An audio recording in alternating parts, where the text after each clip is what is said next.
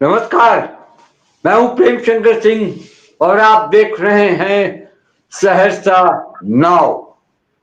बिहार में भूचाल आ गया, तूफान आ गया, आंधी आ गई, सुनामी आ गई, क्या क्या कहें, क्या कहा जाए। 202 एनडीए को सीटें मिली हैं और उसके बाद से जितनी खुशी एनडीए खेमे में है उतना ही मातम विपक्ष में पसरा हुआ है। अब समझ में नहीं लोगों को आ रहा है कि ये हो कैसे गया और कौन सा बहाना लगाया जाए।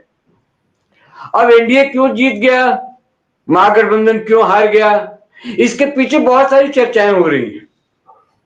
भाई, देश में पॉलिटिकल एनालिस्ट की कमी है नहीं, विश्लेषण खूब होती है यहाँ पर।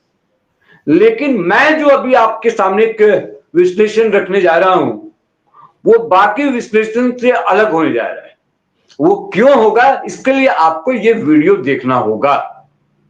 रंजन कुमार वरिष्ठ पत्रकार और फाउंडर हैं टीसीएम के। इनकी नजर से देखिए कि एनडीए क्यों जीता और महागठबंधन क्यों हार गया, इसके पीछे की वजहें क्या रही, बड़ी वजहें क्या रही, ये बताएंगे। तब आपको समझ में आएगा ये वीडियो मैं क्यों देखने के लिए कह रहा हूं। तब आपको समझ में आएगा ये विश्लेषण बाकी विश्लेषण से अलग क्यों है। इस बीच लेकिन मैं खबर बता दूं, लालू यादव की बेटी रोहिणी आचार्य ने पार्टी यानी राजनीति और परिवार से अपना नाता तोड़ लिया है। नाता तोड़ने के पीछे वजह उन्होंने बताई है संजय यादव। उन्होंने ऐसा करने को कहा, इसलिए मैंने ऐसा कर दिया। ये बात मुझे समझ में नहीं आ रही।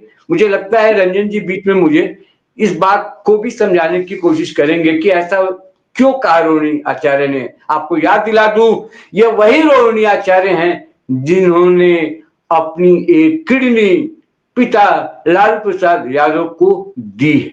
तब से वो ज्यादा सुर्खियों में आई और तमाम देश की बेटियों के लिए एक मिसाल बन गई। Ranjan sir, over to you. अब मैं कुछ नहीं बोलूंगा, आप बोलिए नॉन स्टॉप पर, समझाइए हमारे सहरसा नाव के दर्शकों को, व्यूअर को कि ये हारे क्यों, वो जीते क्यों। धन्यवाद प्रेम जी।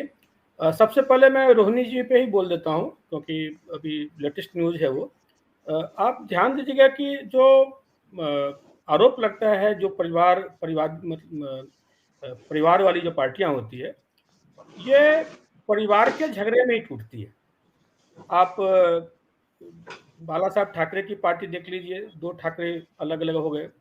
पवार जी के परिवार में देख लीजिए, भाई बहन अलग हो गए, चाचा भतीजे अलग हो गए। आप पासवान जी की पार्टी में देखिए, वहाँ भी यही हाल हुआ।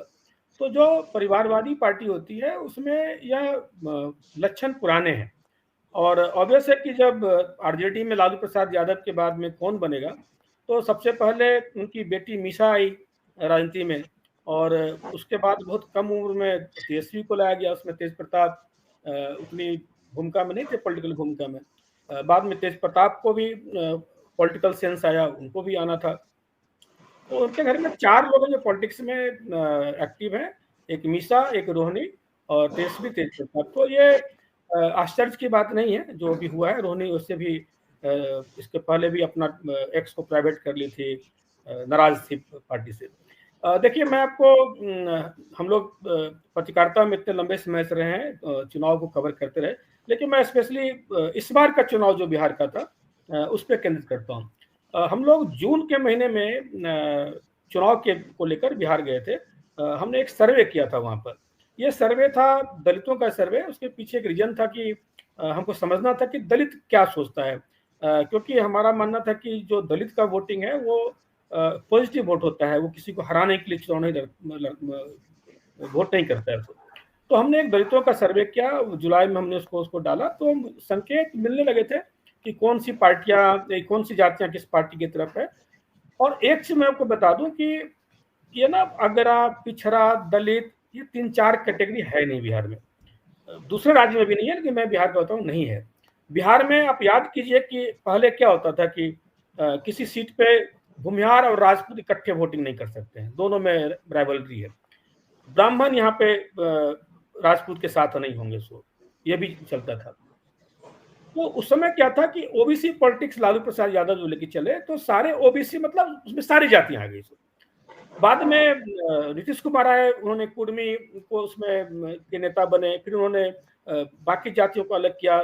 जब उनका रामविलास पासवान से बहुत अच्छे संबंध नहीं थे तो उन्होंने दलित को भी दो भाग में बांट दिया, दलित और महादलित कर दिया। अब क्या है कि बिहार में एक जातिगत समीकरण तो है चुनाव के लिए, तो दो चीज था, एक जातीय समीकरण था, एक था एक लाभकारी समुदाय जो नीतीश कुमार ने बनाया। देखिए बिहार में इस बार हुआ क्या कि आप देखेंगे कि जिनके नेता होंगे जो फेसबुक पे और टीवी डिबेट में आते हैं, वो एक बहुजन समाज की बात करते हैं कि हम लोग 90% हैं, 95% हैं, लेकिन नेतृत्व तो कौन करना चाहता है? यादव समुदाय, जो अदर यादव के ओबीसी है, जातियां हैं। यह एक जमाने में जब ये सवर्णों से इतनी परेशान रहती थी, उनका एक भाव होता था सवर्ण जातियां जो दबंग जातियां होती थी, अब दबंग ही वर्ड यूज कीजिए, सवर्ण का मतलब क्या था कि दबंगा ही वो कौन कर रहे हैं। तो आज के डेट में बिहार में अगर सबसे दबंग कोई जाति है तो यादव जाति है। नुकसान किसको हो रहा है? जो छोटी जातियां हैं, दबी कुचली जातियां हैं। तो बिहार में यादव के साथ में उनके कुर्मी उनको टक्कर दे देंगे, सवर्ण उनको टक्कर देंगे, लेकिन जो दबाए जाते हैं, जिसमें अति पिछड़ी जातियां हैं, दलित हैं, ये ज्यादा परेशान होते हैं। 2020 में भी बीच में ऐसा ही हुआ था कि जब यादव कुछ बोलना शुरू किए, उनके लोग मुरेठा बांधना शुरू किए, तो एक विद्रोह की स्थिति हुई थी। इस बार भी स्थिति यही थी कि जब एक हवा बनाई गई कि तेजस्वी यादव आ रहे हैं और जिस ढंग से लोगों ने रिएक्ट किया, तो अदर जातियां इससे भयभीत हुई। एक तो एक कारण यह है कि कोई ओबीसी जातियां, पिछड़ी जातियां करके एक जाति नहीं है। आप देखिए एक तांती समाज के आईपी गुप्ता, वो जब जुड़ते हैं महागठबंधन के साथ में, सहरसा में वो चुनाव जीत के भी आगे हो। अगर उसी तांती समुदाय को थोड़ा ढंग से 3 सीटें उसे दी गई थी, जिसमें बिल्दौर में उनके सामने में कांग्रेस पार्टी भी थी, मतलब फ्रेंडली फाइट भी था वहां पर, अगर उनको 2-3 सीटें देती तो वो अच्छा कर सकते थे। एक पॉइंट आपको याद हो। दूसरा क्या है कि आप जब नीतीश कुमार ने महिलाओं को ये 10,000 रुपये देने की बात की या जो वृद्धा पेंशन को बढ़ाने की बात हुई, तो उसी समय आरजेडी और कांग्रेस जो है यह भी ये वादे कर रहे थे, लेकिन नीतीश जब किए तो इन पे तंज कस रहे थे। पूरे बिहार में एक दायित्व दिया गया था आरजेडी के द्वारा कि आपको इतने लोगों के फॉर्म भरवाने, जैसे दिल्ली में आपने देखा होगा कि केजरीवाल फॉर्म भरवा रहे थे कि इसका हम महिलाओं को इतने पैसे देंगे, ये बिहार में भी हो रहा था और टारगेट दिया गया था कि जो जितना भरवाएगा उसको टिकट दिया जाएगा। उसको कांग्रेस में भी हो रहा था, आरजेडी में भी हो रहा था, और बजाबता कई जगह गांव वाले ने विरोध भी किया, तो बताया गया कि संजय यादव जी ने हमें भेजा, उनकी टीम के लोग हैं। चलिए जो भरवा रहे थे तो अपना कमाने धमाने के लिए कर रहे थे, उनकी गलतियां नहीं थी, क्योंकि कोई पार्टी के तो मेंबर वो थे नहीं। तो जो काम विपक्ष करना चाह रहा था उसी पे आप एनडीए जो कर रहा था, एनडीए मतलब उसमें नीतीश के चेहरे पे सब बात हो रही थी, आप उसमें तंज कस रहे थे। आपको बता दूं कि पिछले 4 महीने से बिहार में किसी के घर में कोई बड़ी कोठियां होंगी उसको छोड़ दीजिए, लेकिन हमने जो गांव देहात घूमा, किसी के घर में 4 महीने से बिजली का बिल नहीं आया है। 125 यूनिट बिजली फ्री की गई, बिजली का बिल नहीं आ रहा है। दूसरी बात है कि जो महिलाओं को जो पैसे मिले, ये पहली बार नहीं मिला है। जो लोग दिल्ली से पत्रकार गए थे, मौड़िया में, ताज में ठहरे थे, मैंने थोड़ा दुख होता है कहने में कि जो जितने बड़े पत्रकार थे वो उतने बड़े होटल में ठहरते थे, उनकी गाड़ियां उतनी लंबी चौड़ी होती थी, उनके शागिर्द होते थे, 1-2 गाड़ियां तो ऐसे लोकल वाले को उनके पास होते थे। तो उनको तो जो स्टिंगर से पान दुकान में सुन लिए, सोचते थे कि यही बिहार में हो रहा है, तो पत्रकार में दिल्ली से भेजने की जरूरत नहीं है। पटना बिहार में अच्छे पत्रकार हैं जो आपको बताते सब बात को। तो इनको कुछ चीजें नहीं समझ पाए, जैसे कि आप सोचिए कि जो आदमी 14-15 हजार के कमरे में रह रहा है जो पत्रकार, तो उसको समझ ही में नहीं आ रहा है कि जो महिला को 10,000 मिला वो महिलाएं किस समाज से आती है, या जो को 10,000 मिला है तो घर में 2 बकरी खरीद ली है, कुछ और काम कर रही है, आपको 10,000 का वैल्यू इसलिए पता नहीं चलेगा कि आप 10,000 रुपये से ज्यादा के कमरे में एक रात सो जाते हैं। उस आपको जाना पड़ेगा कि वो महिला किस वर्ग से है, उसके लिए वो पैसा कितना वैल्यू है। और दूसरी बात कि ये महिलाएं कोई नई नहीं बनी, जीविका दीदी का कॉन्सेप्ट पहले से, हम लोग लखीसराय में थे, मुझे याद है कि मेरा ड्राइवर मेरा था, उसको मैंने बोला क्या कि कुछ नीचे में देख लो, अच्छा कुछ बनता है तो नाश्ता ले आओ, क्योंकि हम जहाँ ठहरे थे वहाँ पे सुबह के नाश्ते मुझे नहीं मिल रहे थे। तो बोला कि सर एक यहाँ पे जीविका कैंटीन है, आप चलिए, बड़ा अच्छा है। हम लोग वहाँ गए, सदर अस्पताल में वो जीविका कैंटीन है।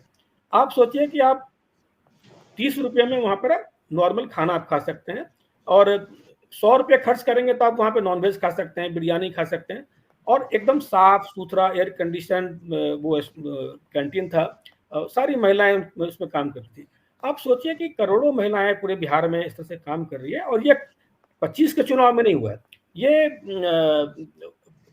पहले से चला आ रहा है। तो जो जिनको पैसा मिलता रहा है तो एक भरोसे की बात होती है। तेजस्वी यादव ने भी कहा कि हर घर में हम सरकारी नौकरी देंगे, लेकिन भरोसा नहीं हो पाया। जिस तरह 2019 में राहुल गांधी ने बोला था कि हम सबको इतने इतने पैसे देंगे, वो लोगों को विश्वास नहीं हुआ, और 2000 रुपये जो किसान को हर 4 महीने मिलते थे, मोदी जी ने कहा, उसमें लोगों का विश्वास हुआ।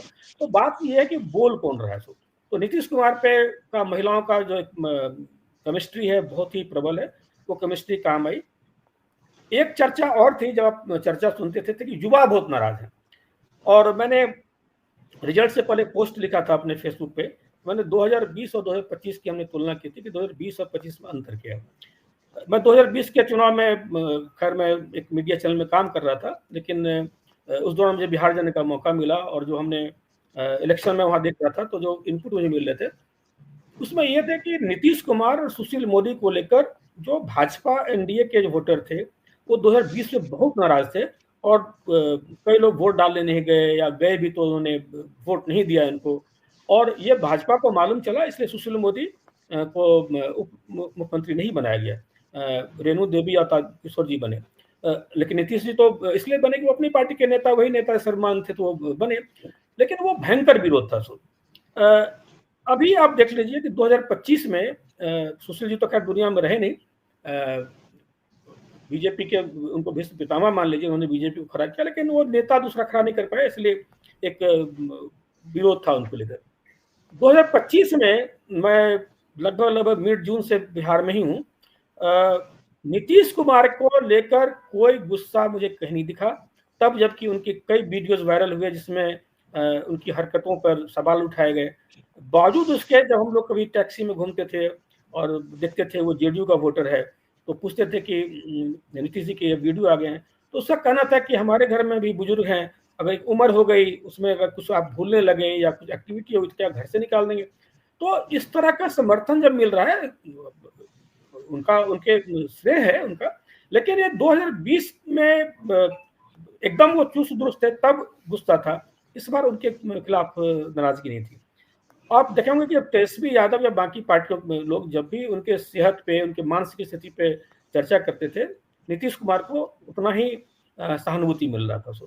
एक चीज और था कि राहुल गांधी का जो प्रचार था, बेसिकली कि राहुल गांधी की जो न्याय वो यात्रा थी, उसमें उसके बाद उनकी छवि थोड़ी पॉजिटिव हुई। एक जो पप्पू वाली छवि थी, लोग बोलते थे, वो बंद हो गया, और जो चुनाव में लोग चाहते थे कि क्या चर्चा होती थी कि राहुल गांधी ना आए, हम हार जाएंगे, वो स्थितियां बदली। लोग चाहते थे राहुल गांधी आए, हमारा प्रचार करें, ये चीजें बनी, और इसीलिए बिहार में पिछली बार कैंडिडेट नहीं मिल रहे थे, इस बार इतनी मारपीट हुई। एक आदित्य पासवान कांग्रेस के नेता हैं, उन्होंने तो मौर्या होटल के बाहर में कृष्णा अलवरू को इतना बेइज्जत कर दिया, वो पूरा वायरल हो गया वो वीडियो, जिसमें उन्होंने नारा लगाया कि टिकट चोर, पार्टी चोर, इसके नारे लगाए। तो इसका दो पक्ष रखिए, एक तो कांग्रेस में विरोध हुआ, और दूसरा लेकिन कांग्रेस में टिकट मांगने की भीड़ थी।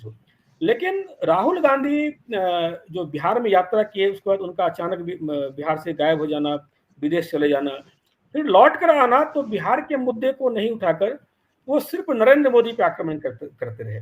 और दरअसल क्या है कि अब राहुल गांधी में ये हो गया है कि राहुल गांधी को जो भी उनके सलाहकार सुझाव देते हैं, और राहुल गांधी जो भी बोलते हैं, एक बहुत बड़ा वर्ग है, जो सो कॉल्ड बुद्धिजीवी वर्ग है या एंटी मोदी वर्ग है, वो उसको जांचता भी नहीं है कि राहुल गांधी जो बोल रहे हैं उसका प्रभाव क्या, बस वो उसको सही साबित करने में लग जाते हैं।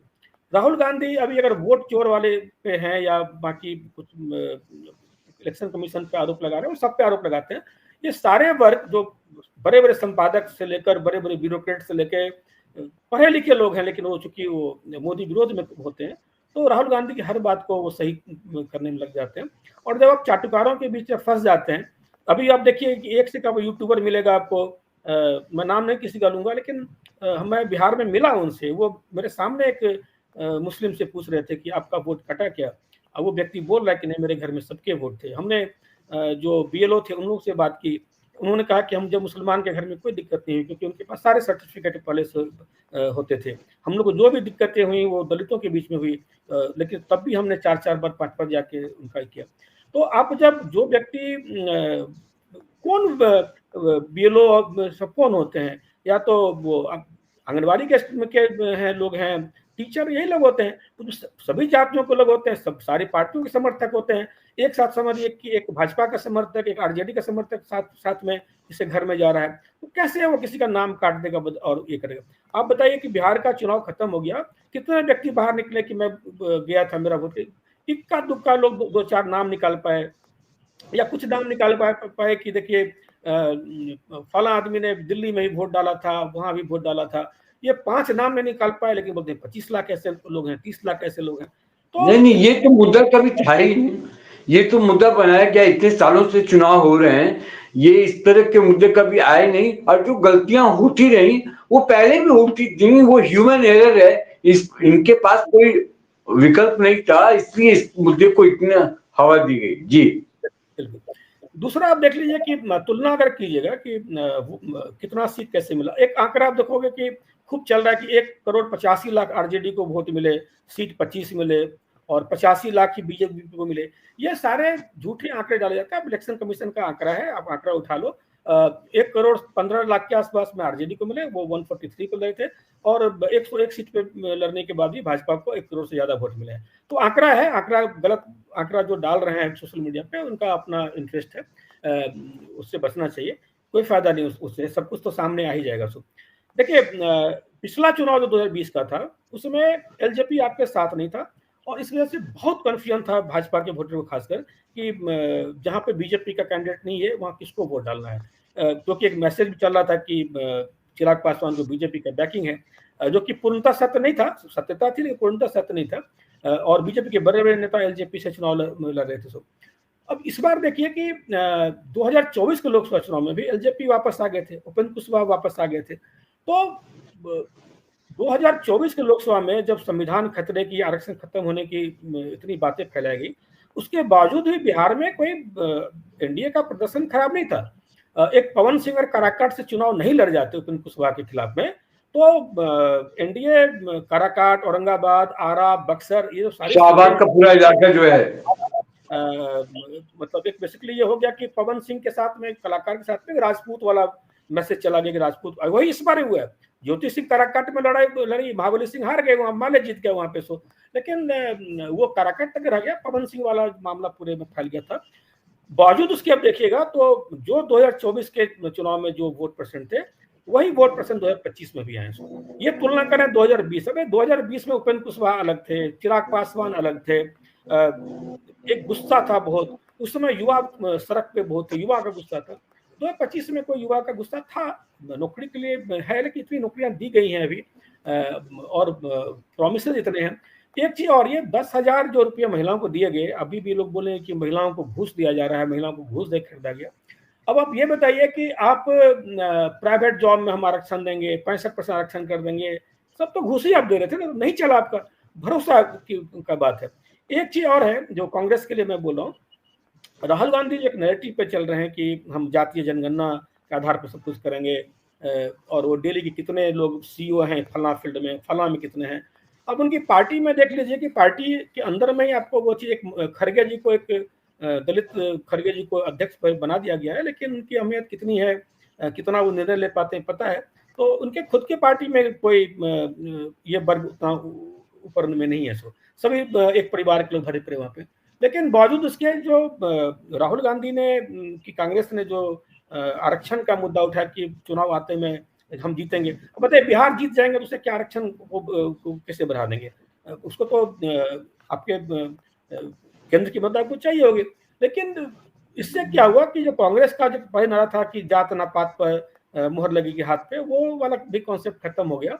और राहुल गांधी वो पॉलिटिक्स कर रहे थे जो लालू प्रसाद यादव या मुलायम सिंह यादव आरक्षण की बात करते थे, उस पर वो चले गए। और इसका भी एक वोट बैंक पे उनका असर पड़ा। वैसे vote percent 8 point something Congress का इस बार भी है, लेकिन सीटें आप 6 पे आ गए।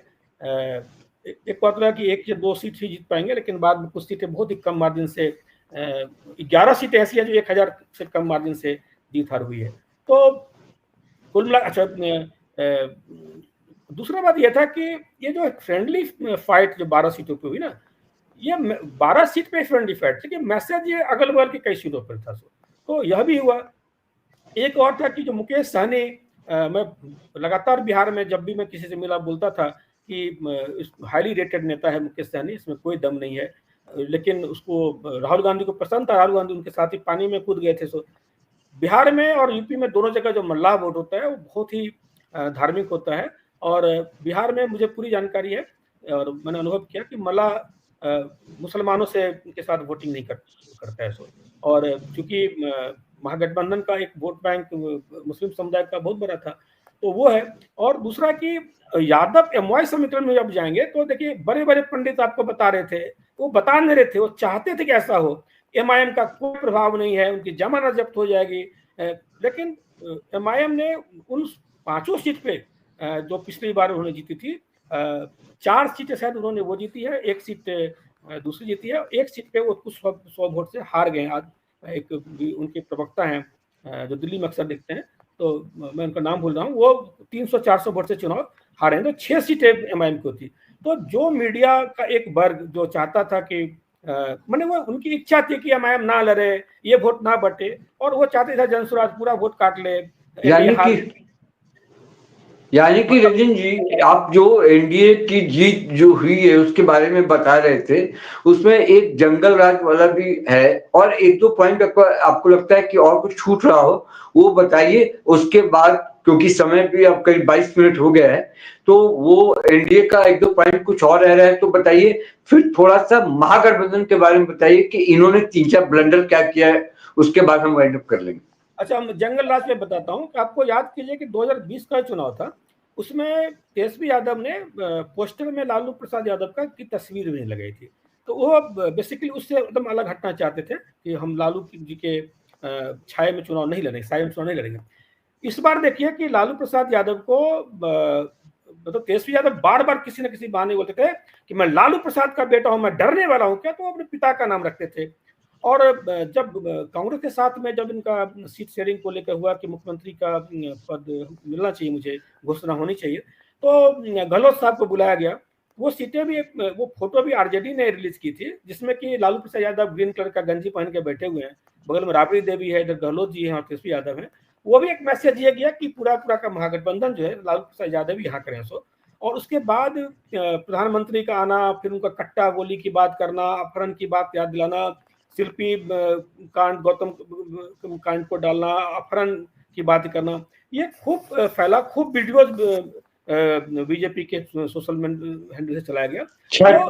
छठ वाली इमोशन पर वो करना, हमला करना। आप छठ पे किसी घाट पे चले जाते, एक ठेकुआ खा लेते, एक मैसेज आता, आपने उसको नौटंकी में करार दिया। एक प्रवेश वर्मा यहाँ पे गुलाब फेंक रहे थे, उसको रागिनी नायक ने डाल दिया कि देखिए नौटंकी हो रही है। सो तो इनके जो बरबोले प्रवक्ता सब थे, ये रागिनी नायक, सुप्रिया से सब जो पटना में बैठे थे, बेसिकली पटना में जो बिहार के कांग्रेस नेता थे वो परेशान थे। एक फैक्टर में और प्रेम जी बता रहा हूँ आपको, पप्पू यादव भस्मासुर निकले। सो पूर्णिया में जहाँ पे सांसद हैं, 6 विधानसभा है, 6 की 6 विधानसभा महागठबंधन में हार गई। धमदाहा से जो इतना जोर शोर से संतोष कुशवाहा को लाया गया, जो पूर्णिया के सांसद रहे हैं, वो 50,000 से ऊपर वोट से चुनाव हार गए। रुपौली से जो बीमा भारती थी वो बड़ी मार्जिन से हार गई।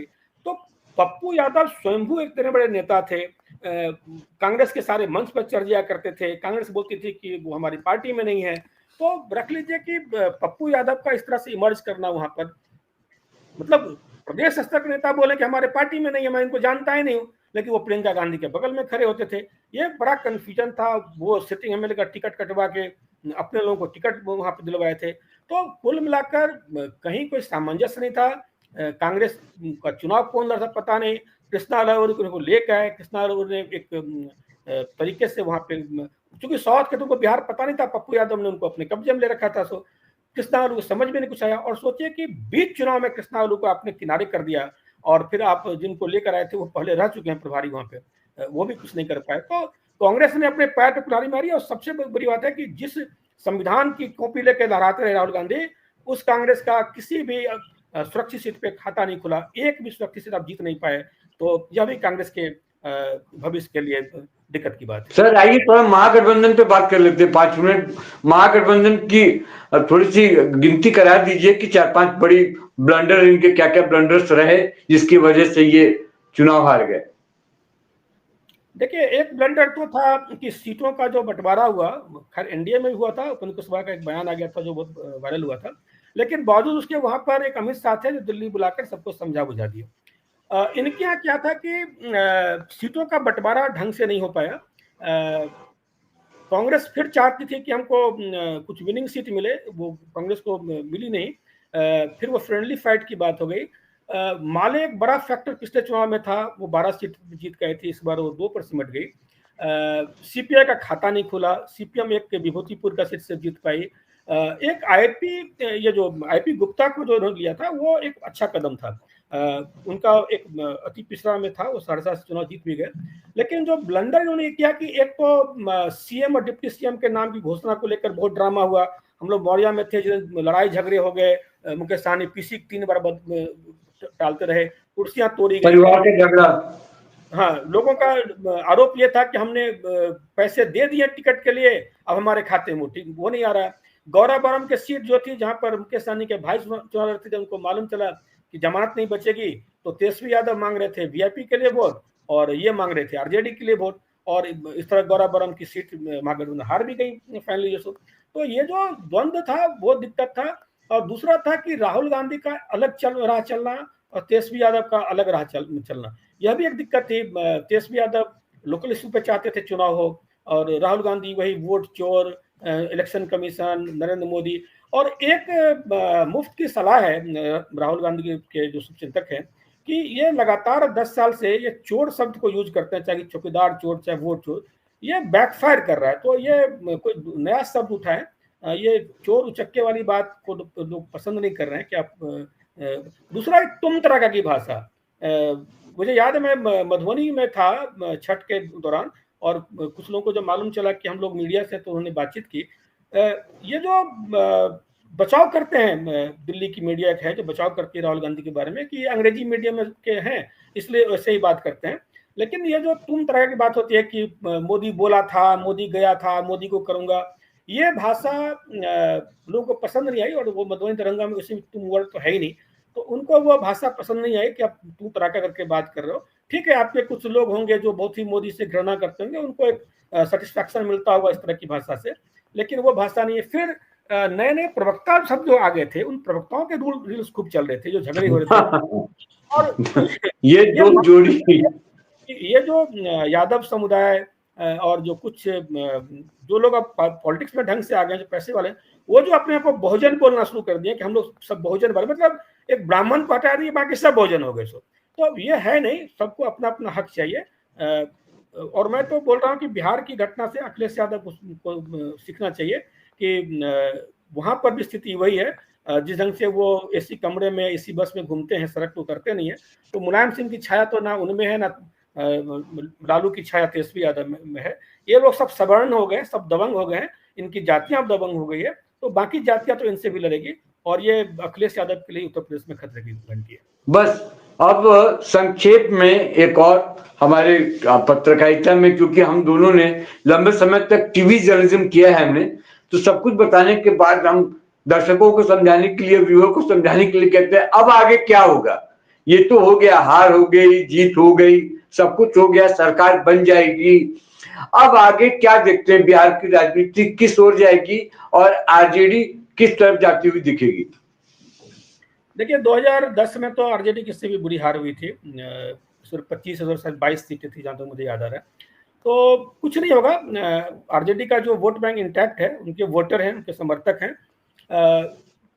कुछ चीजें होंगी जैसे कांग्रेस और सिमट गई तो वहां पे सिर्फ फुटबॉल होगा। सो मुकेश सहनी का जो बार्गेनिंग पावर था वो खत्म हो जाएगा। पिछले चुनाव में जो लेफ्ट एक ताकत के रूप में आई थी वो बहुत कमजोर इस बार हो गई।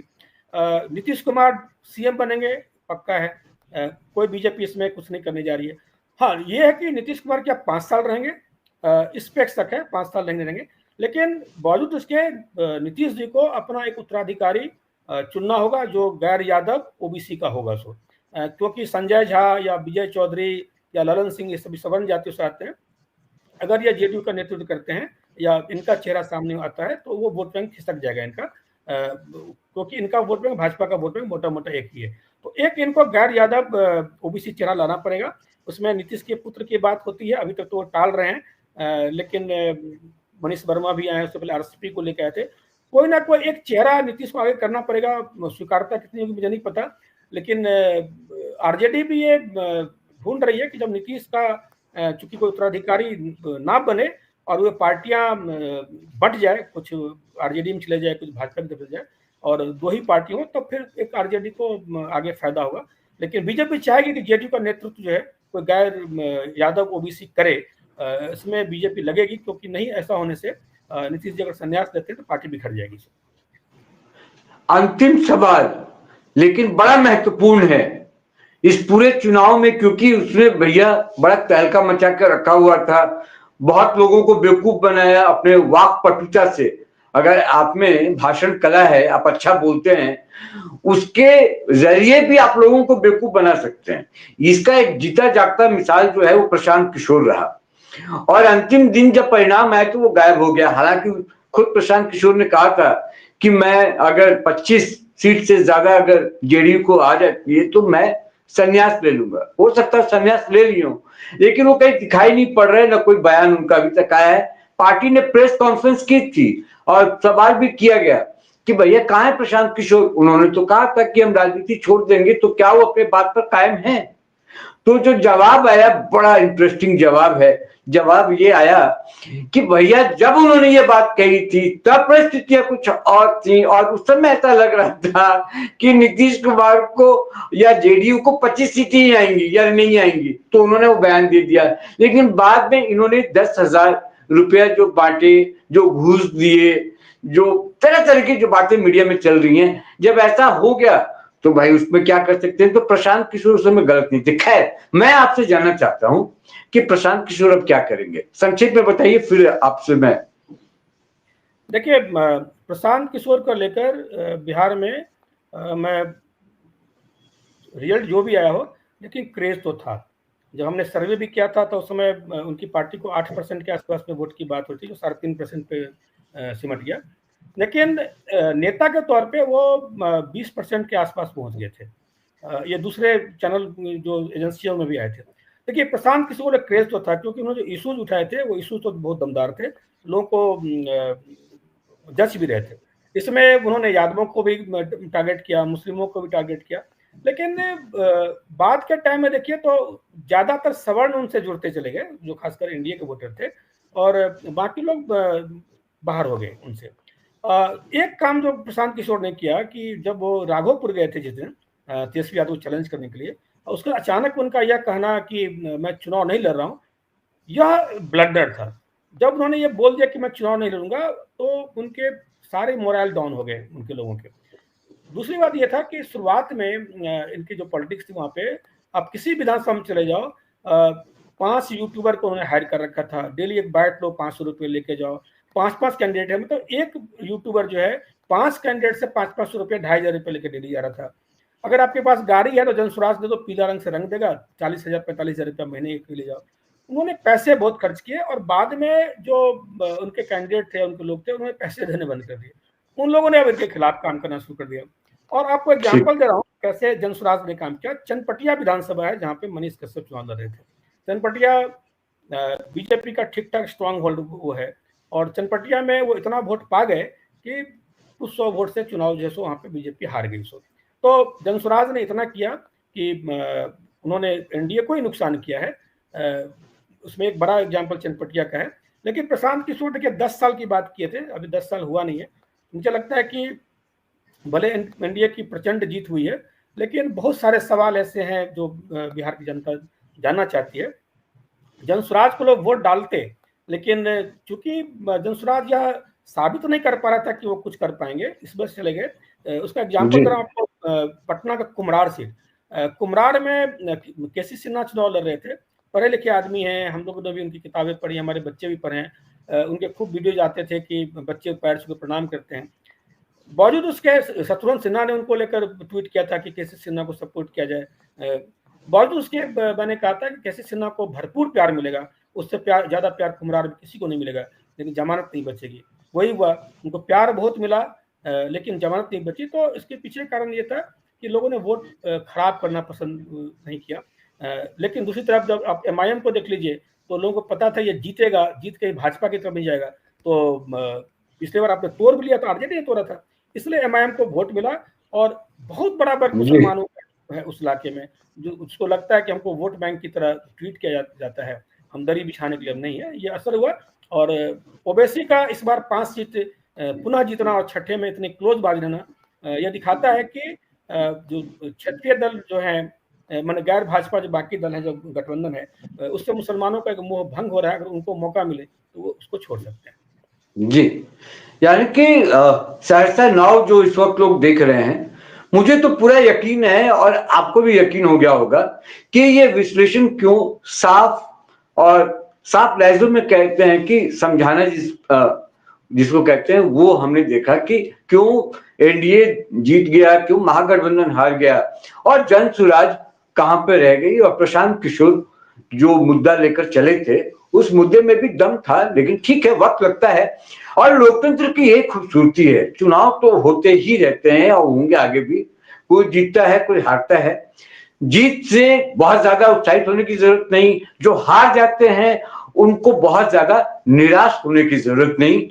अभी तो आने वाला समय और बाकी है। यंग है तेजस्वी यादव, मेरी शुभकामनाएं हैं तेजस्वी यादव को भी, बधाई तो है एनडीए को, लेकिन तेजस्वी यादव को, महागठबंधन को मेरी शुभकामनाएं हैं आगे के लिए कि थोड़ी बहुत जो कमी रह गई है उस कमी को दुरुस्त कीजिए, संगठन को मजबूत बनाइए और चुनाव कैसे लड़ा जाता है वो सीखिए, बीजेपी से वो सीखिए, एनडीए से।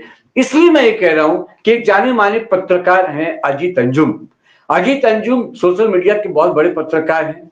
जब उन्होंने ये कह दिया अपने एक पोस्ट में कि चुनाव कैसे लड़ा जाता है ये बीजेपी से सीखिए, जो कि वो कट्टर एंटी बीजेपी वाली छवि रखने वाले पत्रकार हैं, उन्होंने 2-3 एग्जाम्पल भी दिए। तो मैंने कहा जब अजीत अंजुम कह सकते हैं तो मैं कह दूंगा तो इसमें क्या बुरा हो जाएगा, क्योंकि मैं तो बैलेंस पत्रकार हूं भाई, ठीक है ना। तो हम तो बैलेंस वाले हैं, हम ना इधर के ना उधर के, जो सत्य देखते हैं। अजीत अंजुम जी के बारे में बात जोड़ दूं, हमारे वरिष्ठ हैं वो, एक चीज जोड़ दो कि एसआईआर पे सबसे ज्यादा बिहार में वो घूमे कि वोट चोरी हो रही है, उन्होंने खूब सारे वीडियोज बनाए, उन पे केस भी दर्ज हुए। और वही अजीत अंजुम जी चुनाव के वक्त यह बोल रहे थे कि बिहार में एसआईआर कोई मुद्दा नहीं है, एसआईआर का कोई असर नहीं है। तो उनके 2 रूप थे, एक समय वो बिहार में घूम रहे थे कि लोगों के नाम काटे जा रहे हैं। एक गांव था वो भूमिहारा में गांव था, वहां मुसलमान नाम ढूंढते कि हाँ एक मुसलमान नहीं मिला। अरे गांव में टोला होता है, मिक्स पॉपुलेशन नहीं होता है, 10 घर इस जाति के होते हैं, 10 घर उस जाति के होते हैं। तो वो भ्रम फैलाए थे, लेकिन उनके लगातार पोस्ट आ रहे हैं कि एसआईआर कोई मुद्दा नहीं था। तो चलिए उनको भी समझ में आया। ठीक है। खैर संक्षेप में हम हार और जीत का गणित समझने और समझाने की कोशिश कर रहे थे। जो सहरसा 9 के व्यूअर हैं, दर्शक हैं, उनको रंजन कुमार वरिष्ठ पत्रकार, सीनियर जर्नलिस्ट, बहुत कुछ जानते हैं राजनीति के बारे में, और फिलहाल वो फाउंडर हैं टीसीएम के। वो एक एजेंसी चलाते हैं, न्यूज एजेंसी चलाते हैं, और उनका काम ही है सर्वे का, और भी कई चीजों को देखते समझते हैं। कभी विस्तार से बात करेंगे उसको लेकर भी। लेकिन रंजन जी ने आपने समझाया, मुझे तो बहुत समझ में आया, मुझे अच्छा भी लगा, और मुझे उम्मीद है कि सहरसा 9 के दर्शकों को भी अच्छा लगा होगा।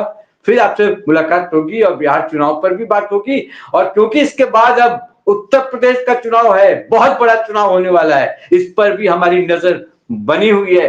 अब 2-4-5 दिन के बाद सरकार जब बन जाए बिहार में, तब उत्तर प्रदेश में हम एंट्री करेंगे, प्रवेश करेंगे और वहां की राजनीति की बात करेंगे। कौन मारेगा बाजी वहां पर, अखिलेश यादव या योगी या आदित्यनाथ, इन दोनों में कुछ मुकाबला होगा कि एक तरफा योगी आदित्यनाथ जीत जाएंगे? नमस्कार रंजन जी।